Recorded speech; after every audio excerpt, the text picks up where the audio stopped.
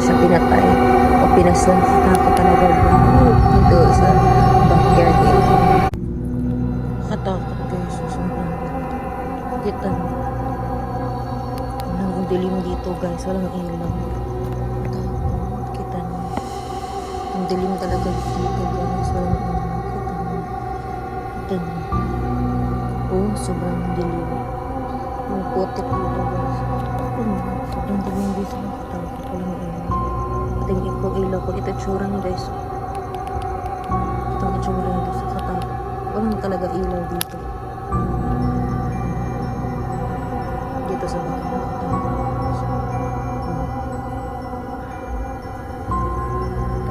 Sobrang dilim talaga dito. Katakot. Ito tsura guys. Kapag patayin mo. Noon, kita niyo guys. Walang ilaw. Kita niyo guys. Nakatakot. Walang ilaw. Ito tsura niya sa baka. Nakatakot talaga guys. Walang ilaw. Meron talagang magparamdam dito guys. Walang tao dito. Walang isa dito.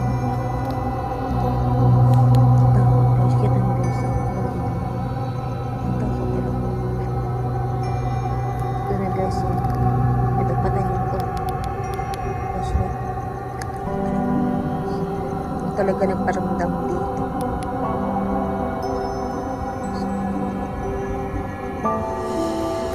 Itsura dito sa patay flashlight. Ito guys, paramdam dito. Meron na may pinatay dito. Babae kasi hinalay daw siya dito.